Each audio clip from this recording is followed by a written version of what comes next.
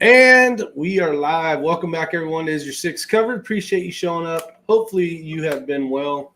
It has been a while. Drinking some sweet tea. Let's go in here real quick. Say hi to everybody. We got Mr. Joaquin Jackknob out there. DW's in the house. Rick takes a look and he keeps on ticking. We got, let's see, he saw what's going on. We got the Shaggy Rifleman in the house. Hopefully everybody's doing well because it has been, like I said, a long time since I've been on here. So give you guys an update of what's going on. I've been shooting lots of matches and I have not been recording much. One thing, we talked about it before, trying to focus on more on shooting and less on videoing. And it has helped a little bit. So that is a good thing. We got Tree Feller all the way from Australia.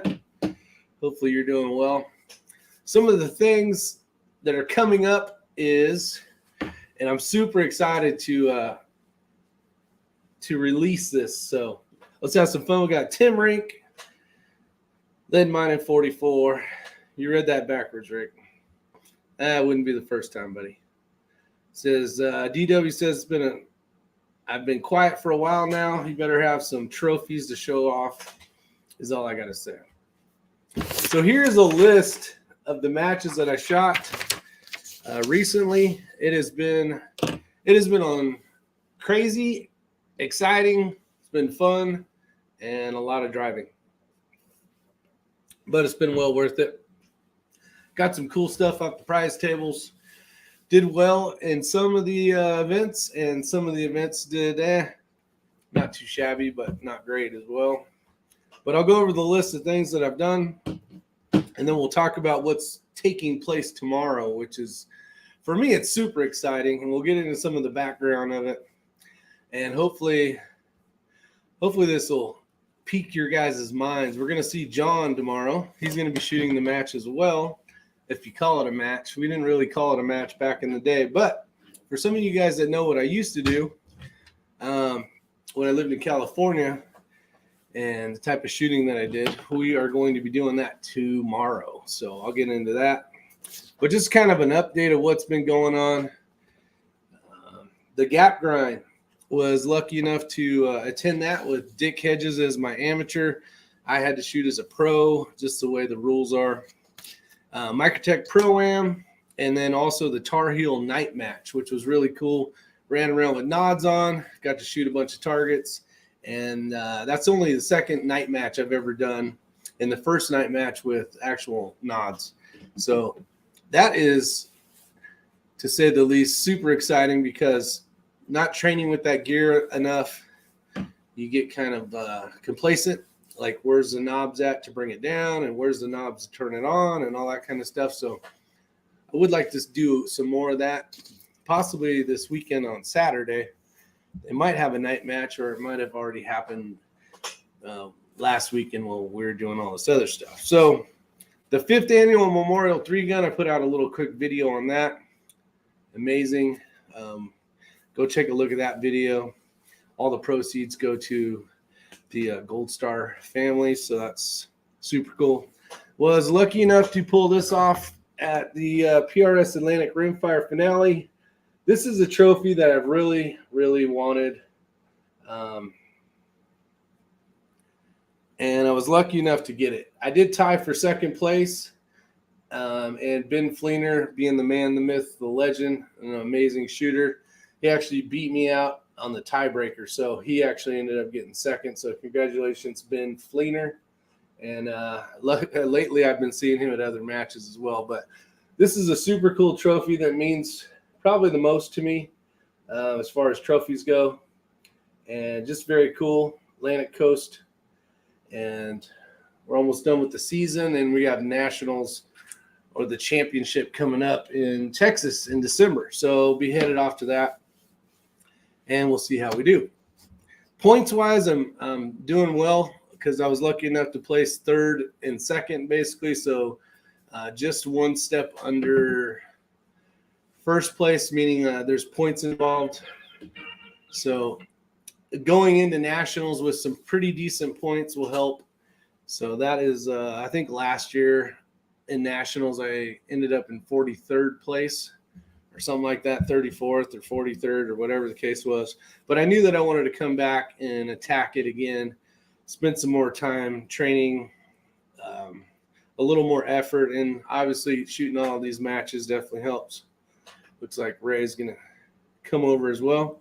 The KPR 22 rimfire, I don't know if I showed you guys this. I think I won this a little while ago, but this was in Kentucky. And I was a first place, which is cool. And what else? The Machete Yeti, which is held by Ben Blevins out in Kentucky, Somerville, Kentucky, I think is what the town's called. It is a really, really great course of fire that he has set up. And I was able to pull off 7th place. So not bad. Got some cool stuff off the prize table. And then right after that, the day after was the Mars Regional. And I don't remember what I came in. I think it was 8th place. But that was held by Steve Marmaduke, nice guy, put on the match. And it was at a boys, if you ever get a chance, it's out in Kentucky. Is it Kentucky or Tennessee? It's in Tennessee. And it's called like Daniel Boone or Crockett. Maybe it's Davy Crockett. There's a really cool Boy Scout facility up there right by this really nice lake. Maybe you guys will know. But the place was really nice, and the course of fire was pretty damn awesome. Yes, let's see. What the hell's today? Thursday. Last Sunday and Saturday and a little bit of Friday. Friday, Saturday, and Sunday this last weekend, we shot the Snipers Unknown, which is put on by Gamamil Ortiz and a few others. They get this thing all together and get it going. And what it is a team sniper match. This is the 3rd year that I've shot it. The first year I shot it with Coda Boy 32. And then the last 2 years I've shot it with Dick Hedges, which was my partner. And the first day we had a couple little things that screwed up our points per se, like we weren't doing the best that we could. But we turned it up a notch on day 2 and started kicking ass, actually. We left 3 stages where they had said, you have the fastest time as of now. Did they hold? No, they didn't hold, but we were burning it down and we were kicking ass and taking names. So we brought ourselves up from 16th place to 11th place out of 43 teams. So was super pumped about that and had a lot of fun. The real question is, did you meet any girls and get no, Bell? Unfortunately, no. Let's see. Most importantly, did you learn anything, Rick? Things I learned. Team matches is communication with your partner.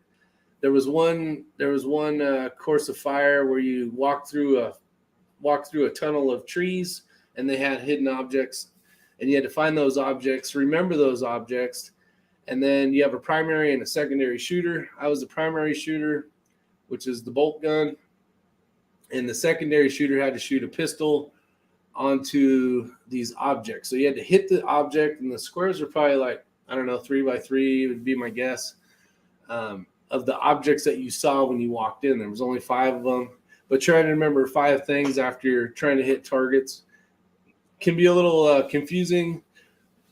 So Rick's man doesn't rock it swag. It swags. That's right, DW. So that was pretty damn interesting. But for those of you that have been with me for many, many, many years, watching this silly ass channel that we have called Is Your Six Covered, there was a video I did of a shotgun, and there's a name of that shotgun that I call the shotgun. So I'll show you what it looks like. You guys can, if you can remember the name of it, I might send you a prize. So this is named X. I bought this rifle in 1998. It's a Browning. It's a a sporting clay rifle as far as, and then it's a 425. It's a 28-inch barrel ported over and under. And this is the competition stuff that I used to do back in the day. So last time I shot sporting clays has probably been at least, I don't know. It's been a long time. But you can see it's got gold inlay. It's got a hand engraved, just a beautiful, beautiful rifle. And I bought this before I got married because at the time that rifle was like $3,100, at least in California prices. Back in the day, it was $3,100. And I'm like, well, I better buy this shotgun now because I'll probably never be able to buy something like this ever again. So I went out, I bought it, and I'm glad I do. I'm glad I did. It sits on the wall back here, and it hasn't been very busy.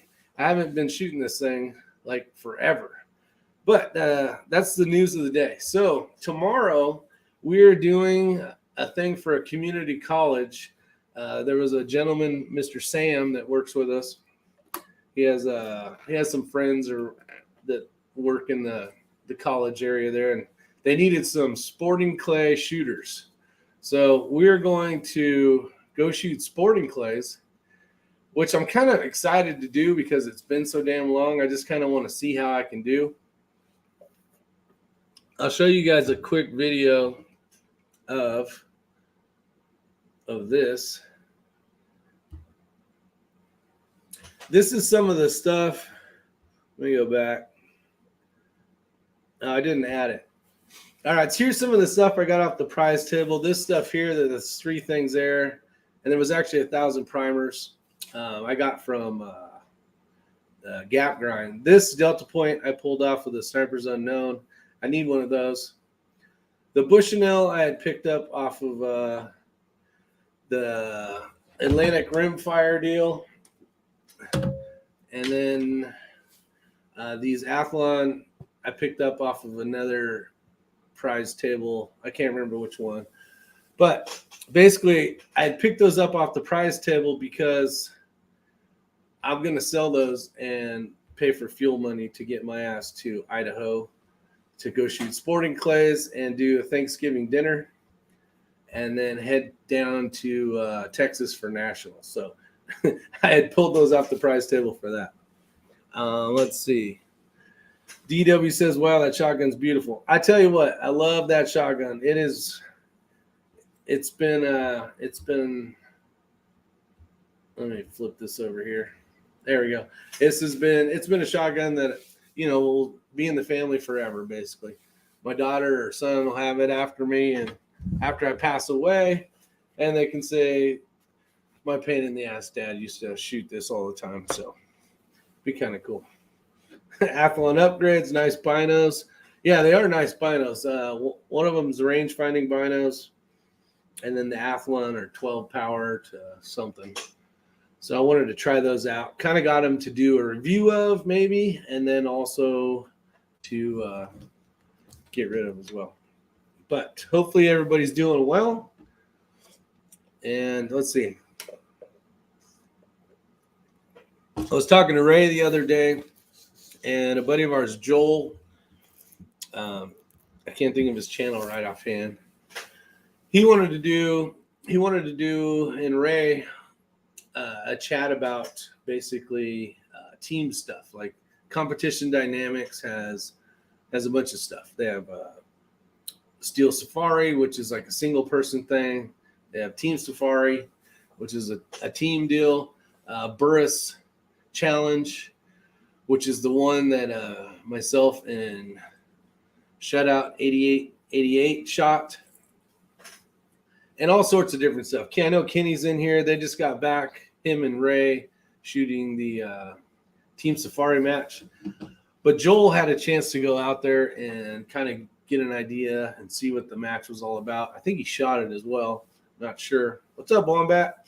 And then also be able to talk about Sniper's Unknown stuff. So maybe we'll get one of those hopefully together soon. And that'll basically be if you guys are interested in wondering how and what it takes to shoot some of these team matches. The team matches are a lot of fun, especially as either if you know the guy really well and you understand his or her communication skills and whether they're strong or weak, then you can kind of get an idea of being able to communicate with someone trying to do certain said things. One of the stages at Snipers Unknown, just to give you an idea, primary shooter was in a Suburban about 75 yards away from your secondary, and your secondary had basically a sheet, and it had pictures of people's faces on it. So you had to ID the suspects per se, or whatever you want to call them, the people, in order and shoot them in a certain order. So when we were up and it was our turn, we basically were in the middle in an orange box and we ran to our positions, and then we had to ID the secondary guy, being Dick, had to ID. Let me get some stuff moved around. Had to ID what the facial features of these people look like, and then come to a conclusion, and then say, okay, Rick, shoot, target, X. We'll just call it. Why is it got to be X? Because you're here. Because you're here. And in that order. So you could shoot the 5 targets. They had to be in that order, but if you did not shoot them in that order, you could probably throw it up here.